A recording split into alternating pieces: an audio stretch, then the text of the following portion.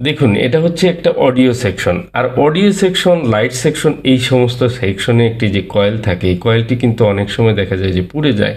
তো এই ফোনটির ক্ষেত্রেও সেরকম একটা কিছু হয়েছে এবং কি অডিও সেকশনের কয়েলটি পুড়ে আছে। সেই সাথে আইসিটি দেখে নিলাম, আইসি মোটামুটি নিচের অবস্থা ভালো আছে। আমি কয়েলটি চেঞ্জ করে দেব এবং সেই সাথে আইসিটি চেঞ্জ করে দেব, অথবা আইসি আগেরটা লাগিয়ে একবার দেখবো যে সাউন্ড হয় কি না। অ্যাকচুয়ালি এই ফোনটি যিনি পাঠিয়েছেন উনি এই অডিও সেকশনের বিষয়ে কিছু বলেননি, এবং কি আমি যখন এই ঢাকনাটা খুললাম, এই কভারটা খোলার পর আমি দেখি এখানে একদম স্পার্ক হয়ে অনেক খারাপ অবস্থা। তো যাই হোক, এই ফোনটির প্রথমে আমি যে কাজটি করলাম, কয়েলটা চেঞ্জ করে দেখলাম, কিন্তু এখানে একটি ক্যাপাসিটর শর্ট রয়েছে। আর শর্ট ক্যাপাসিটরটি কিভাবে পরিমাপ করব, দেখুন এখানে ডায়োড ভ্যালু কিন্তু 400-র উপরে দেখাচ্ছে।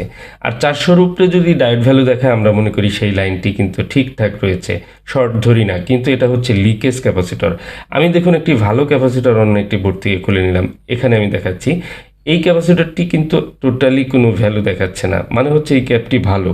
তো ভালো একটি ক্যাপাসিটর আর খারাপ একটি ক্যাপাসিটর এভাবে কিন্তু পরিমাপ করে নিতে পারেন। এবার আমি এখানে একটি সঠিক সাইজের ক্যাপাসিটর লাগিয়ে দিলাম এবং এবার লাইনটি ঠিকঠাক রয়েছে।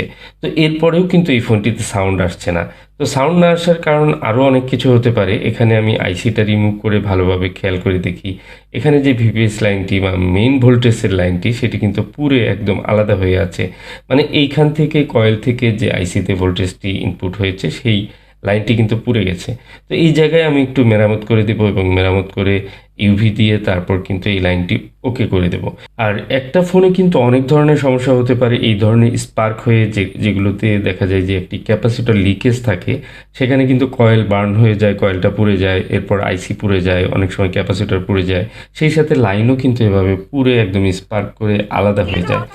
এই ধরনের সমস্যাগুলো সমাধানের জন্য একটু স্টেপ বাই স্টেপ কাজ করলেই সমাধান করা যায় অনেক ক্ষেত্রে। দেখুন, এখন কিন্তু সাউন্ড কমপ্লিট ঠিকঠাক রয়েছে।